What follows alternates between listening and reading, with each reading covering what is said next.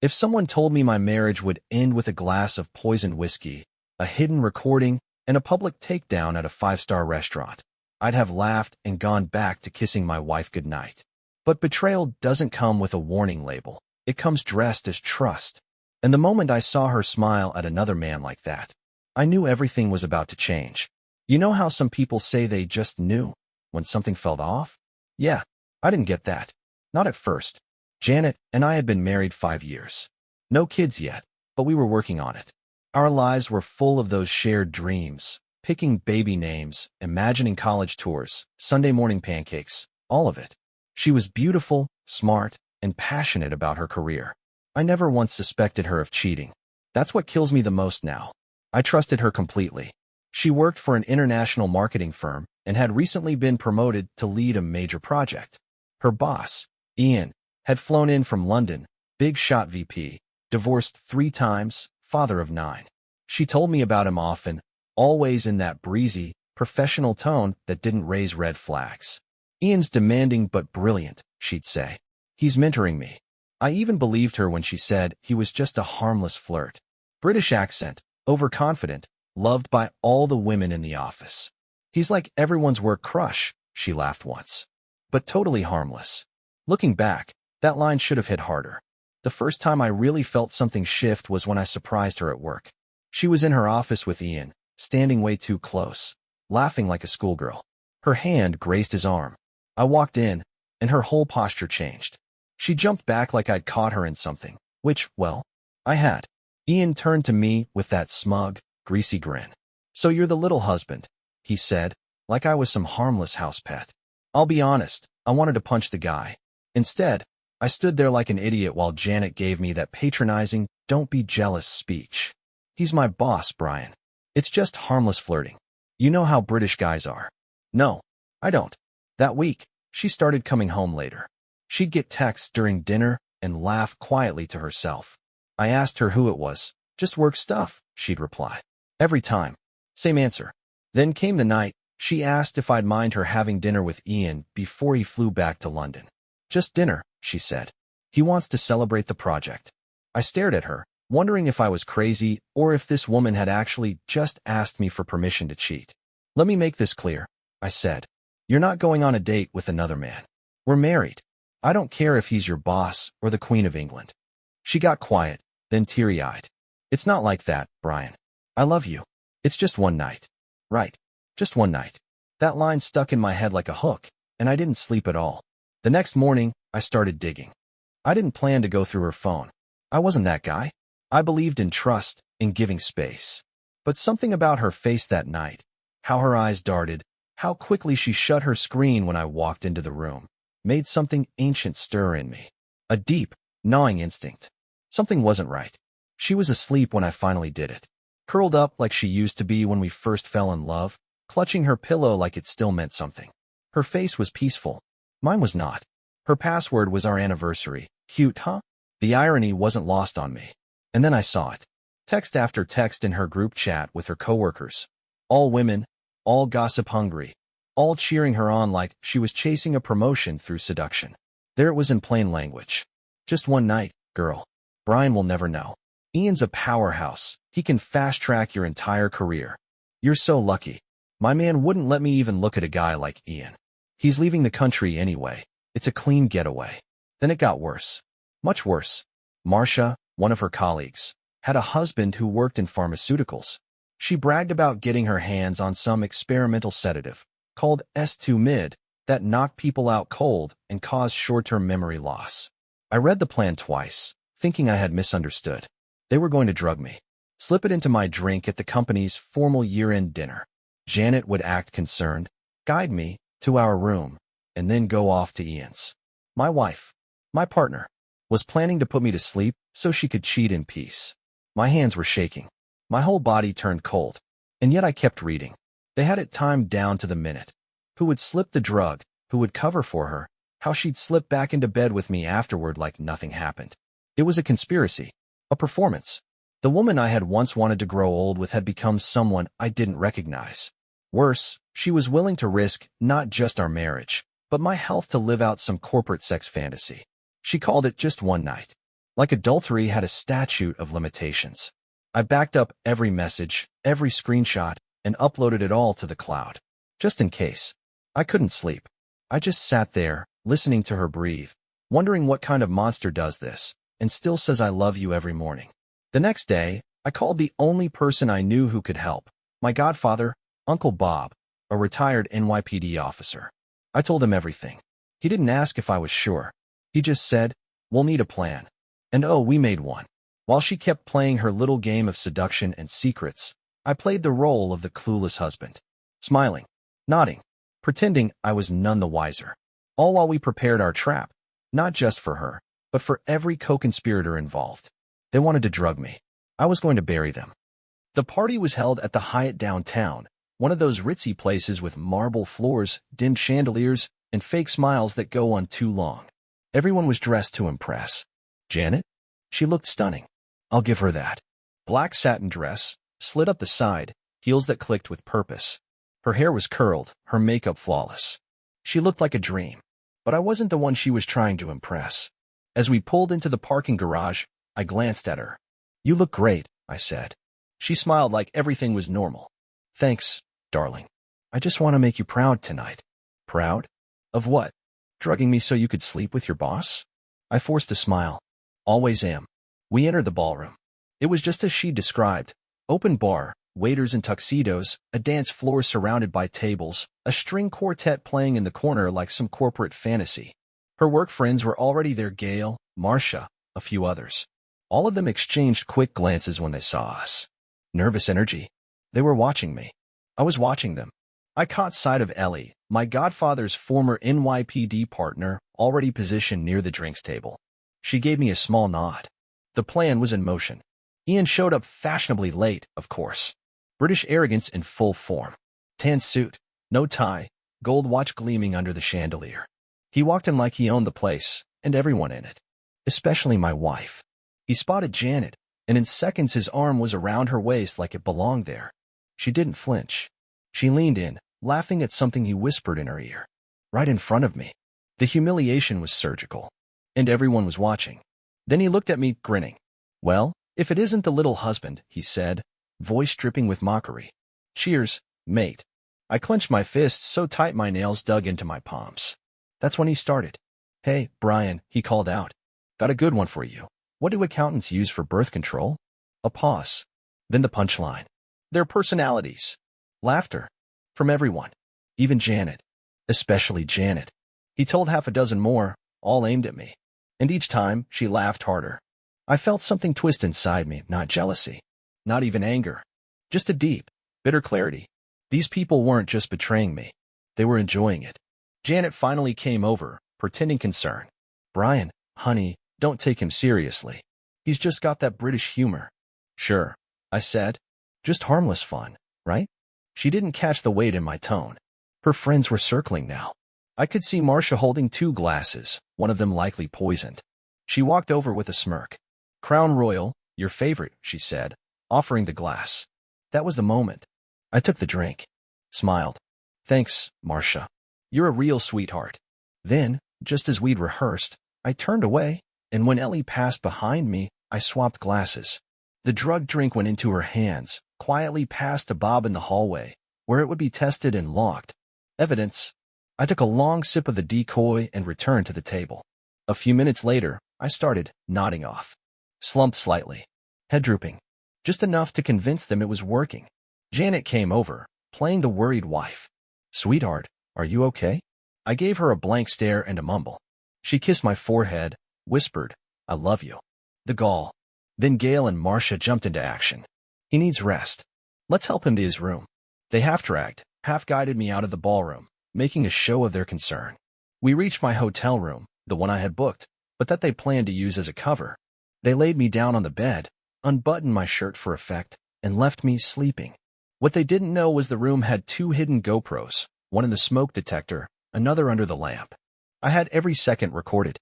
As the door shut, I waited, counted to 10. Then I got up, fast, dressed again, and texted the team. "He's in room 1722. Janet's on her way." 15 minutes later, I was outside that very room with Uncle Bob, Jimmy, and Craig. 3 retired military, 1 still seething husband. Bob knocked on the door. Ian's voice, smug and clueless. Who is it? This is Sergeant Connor with the NYPD, Bob said. We have an emergency. Open up. Click. Door opened. And what we saw inside was exactly what I expected, my wife, in black lingerie, straddling her boss. You ever watch a person's soul leave their body? I did that night. When Ian opened the door and saw the badge, he looked annoyed. Like a drunk celebrity inconvenienced by airport security. He had no clue what was coming. None of them did. Then I stepped into the room behind Bob, camera rolling. Janet froze mid-motion, half-dressed, her body still tangled in hotel sheets, mouth slightly open like she was mid-laugh before the horror set in. She didn't scream. Not yet. That came later. Ian blinked. Wait, what the bloody hell is this? I didn't answer. Just raised the phone slowly, steady hands, framing the perfect shot of my wife's betrayal. The lighting was perfect. The lies undeniable. Janet's voice cracked first. Brian, this isn't what it looks like. I actually laughed. I couldn't help it. No?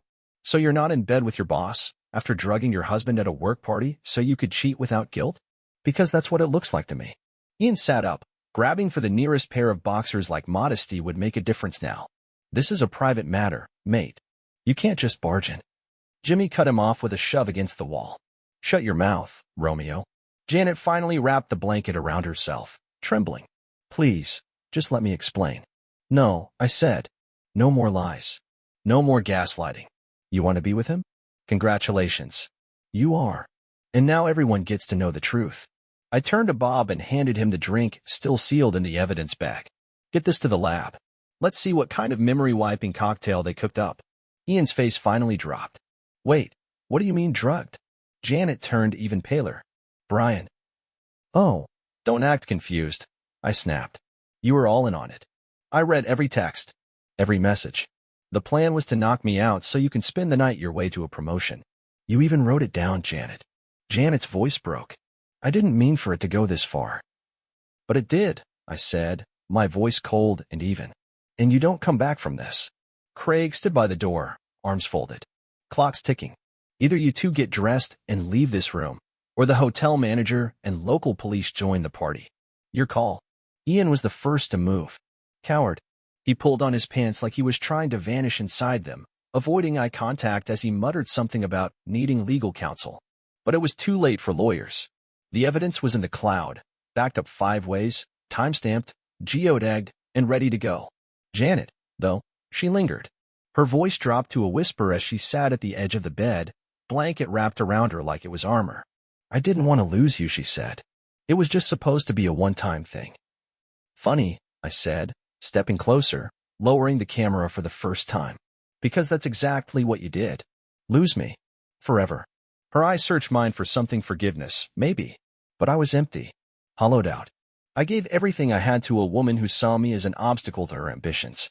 Who would rather drug me than divorce me. Bob opened the door. Let's go. Let them stew in their shame. As we walked out, I turned back one last time. You said I'd never find out, I told her. But the thing about lies? They always leak. And some stains don't wash out.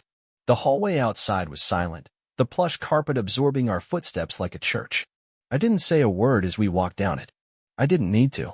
Because the next day, the next 7 days, would unravel their whole world. I walked into the attorney's office just after sunrise, still in the same clothes I wore to the hotel. My hands were steady. My voice was clear. The receptionist looked up as I stepped in and said, "You look like a man with a purpose." She wasn't wrong. Margaret Pierce had handled my father's estate years ago, sharp as glass, cool under fire. She barely blinked when I laid out what happened.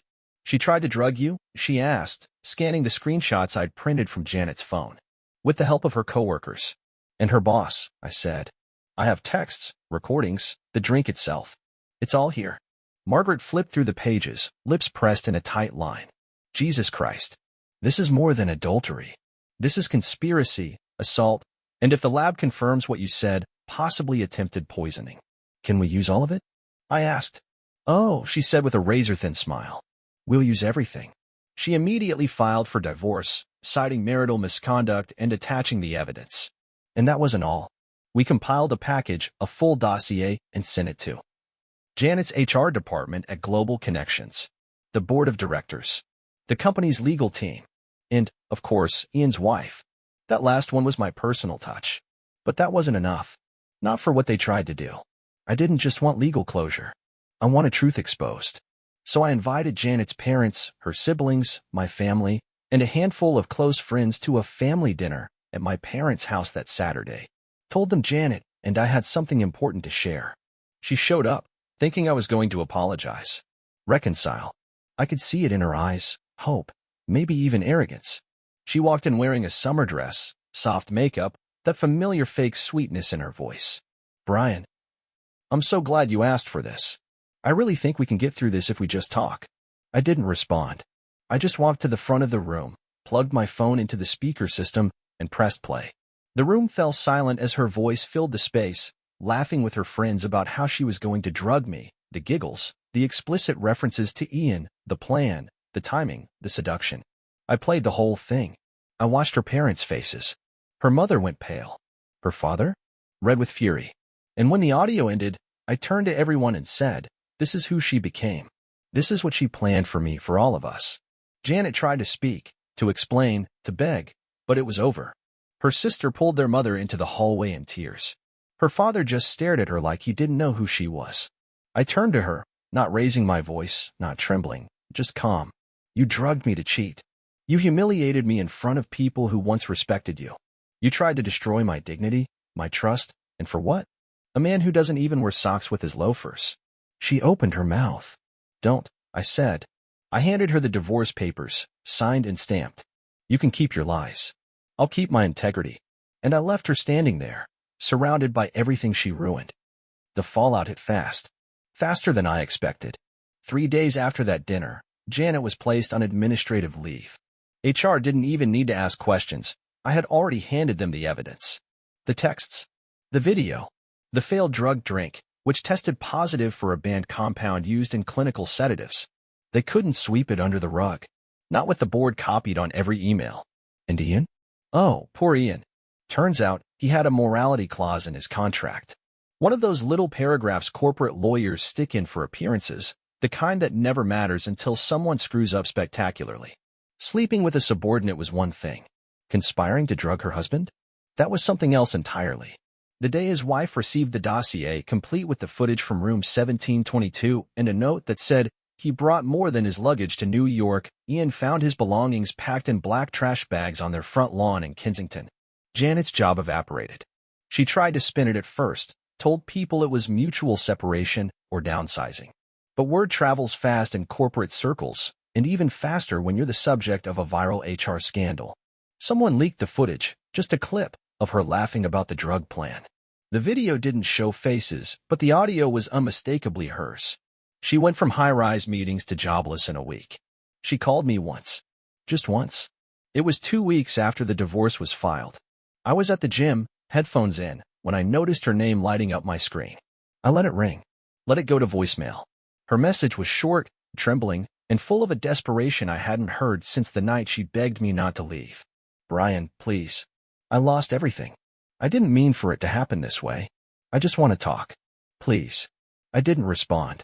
You see, people think betrayal is a moment. A single, sharp wound. But it's not. It's a rot, slow, silent, and corrosive. By the time you see it, the damage is already deep.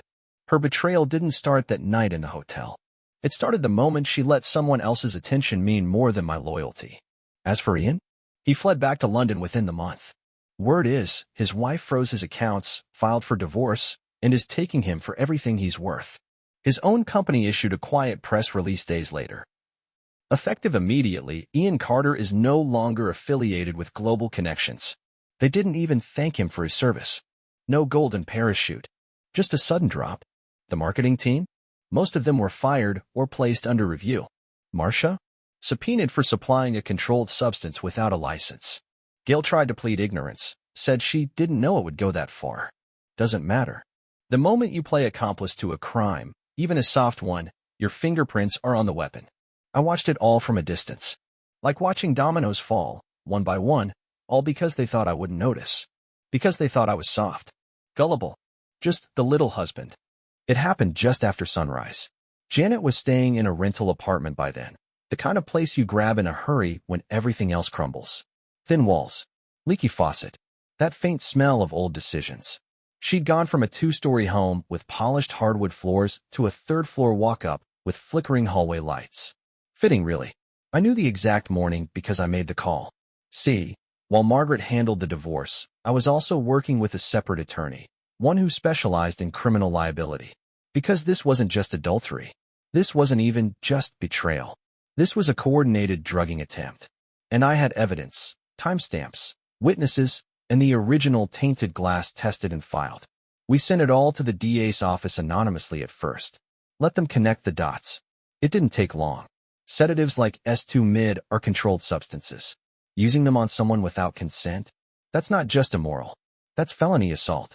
And when they saw the text messages outlining the plan, the LOL, he won't even remember anything, and we'll tuck him in, then you go play with Ian. It stopped being a workplace scandal and started becoming a criminal investigation. The officers arrived around 6:15 a.m. I imagine Janet was in pajamas, maybe clutching a cup of coffee, thinking the worst was behind her, that she'd been punished enough. But karma? It's a meticulous accountant. I wasn't there to see it, but I've heard enough stories from people who were. She opened the door. 2 officers. Badges out. Janet Lawson? She nodded, still waking up. You're under arrest for conspiracy to commit assault, possession of a controlled substance, and attempted administration of a sedative without consent. The neighbors saw it. Phone's out. It was quiet, but not quiet enough. Her mugshot made the rounds in a matter of hours. Someone posted it anonymously on a forum that tracked professional misconduct scandals. From there, it spread. She was released on bond the next day, of course. First-time offender, no criminal history, privileged enough to lawyer up. But the damage wasn't legal. It was social. Her LinkedIn vanished. Her professional email deactivated. Half her old friends ghosted her. The other half pretended not to know her. Gail deleted her socials entirely. Marcia? She lawyered up and was facing even heavier charges. Turns out, having access to regulated pharmaceuticals and using them on civilians without oversight tends to get the feds involved. Janet tried to call me again. She left a voicemail this time. Her voice wrecked, strained, hollow. You got what you wanted, Brian. Are you happy now? You destroyed my life. I wanted one night. I didn't think you'd take everything. No, Janet. I didn't take everything. You gave it away. One text at a time. One lie at a time. One choice at a time. And me? I didn't destroy you. You did. I just made sure the truth got a front row seat. Sunday morning came like a whisper. Cool, overcast skies. The kind of day where judgment feels heavier in the air. I hadn't stepped foot in Janet's family church since the wedding. Back then, I stood at the altar with a borrowed suit and eyes full of trust, swearing vows I meant. Every damn word. For better or worse, had come and gone. Now I was here for truth. I parked a few blocks away. Walked slow. My hands weren't trembling. They were steady, holding a manila folder, crisp and sealed. Inside was her written confession. The one she signed when my lawyer demanded it as part of the divorce negotiation. It wasn't legally necessary. But morally? Spiritually? It was everything. The sanctuary was full, smiling families, worn Bibles, the scent of stale coffee and cheap perfume. Same pews. Same faces. And in the second row from the front, her parents.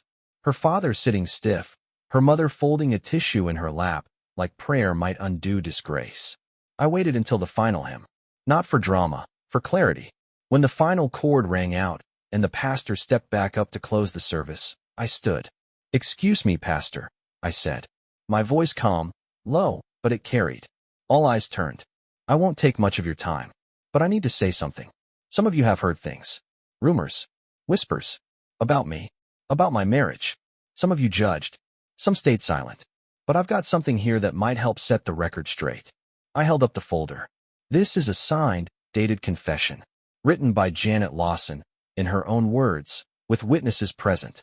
It details how she, along with her co-workers and her employer, conspired to drug me at a corporate event so she could have a secret affair. It includes text messages, timelines, a list of co-conspirators, and the drink, the one they thought they slipped me, tested positive for a controlled sedative. A ripple moved through the room. Her father shifted in his seat, pale and sweating. Her mother looked like she might faint. "I'm not here for pity. I continued. I'm not here to drag a name through the mud. I'm here because truth matters. Because integrity matters. Because I stood in this church, with this family, and promised a woman forever, while she was planning to erase one night of it with a pill. No one breathed. I stepped forward and handed the confession to the pastor, whose hands trembled just slightly as he took it. You don't have to read it from the pulpit, I said. But maybe the next time someone asks about Brian Lawson, you'll know who I really am. And I walked out. No applause. No dramatics. Just silence and stone. But that silence was enough. That silence followed Janet's family home. It followed the congregation to brunch. It followed her name like a shadow. And the whispers? They stopped being about me. 2 months after the church, after the scandal had settled into its long, awkward silence, Ian came slithering back into her life. Of course he did. He'd lost everything. His job, his wife, custody of 2 of his kids. His reputation in the industry was scorched earth. No firm would touch him.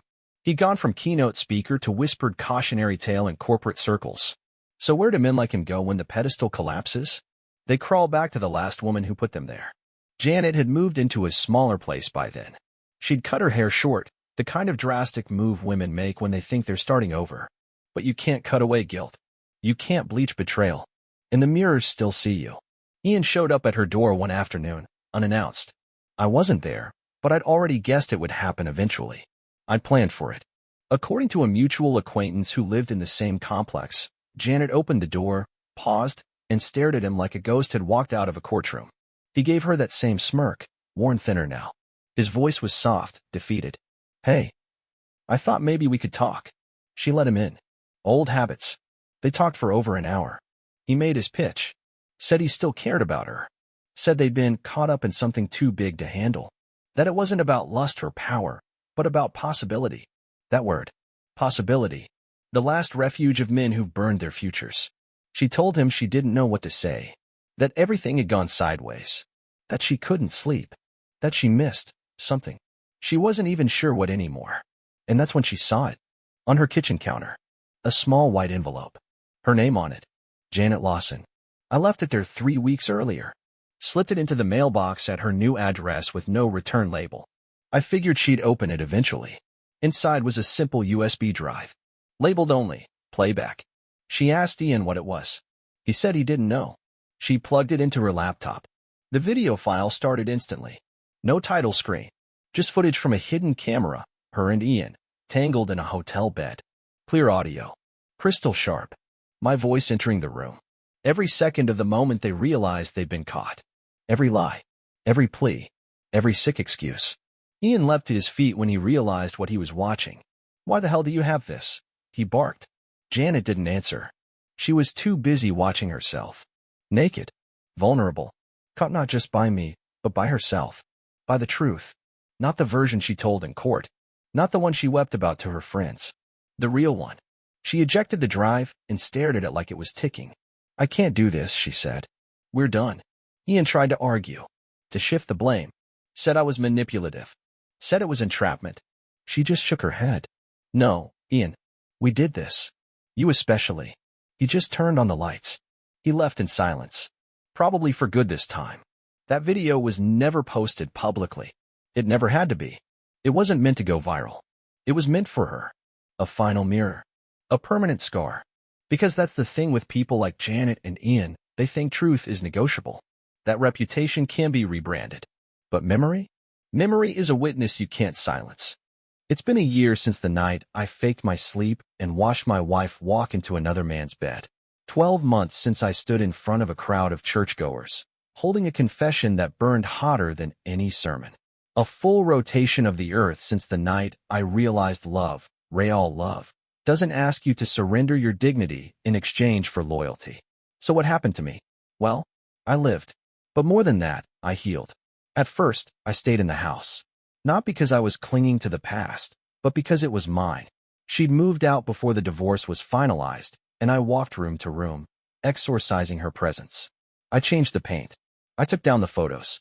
Every drawer that once held her perfume or scarves or trinkets, I emptied and filled with tools, journals, things that served my life now. The master bedroom? I moved into the guest room. The smaller space. Tighter. Quieter. It fit me better somehow. Like shedding skin. I stopped checking her social media. I didn't care where she was, who she was trying to convince now, what hollow versions of herself she was selling. The story had closed, and I had walked off the page.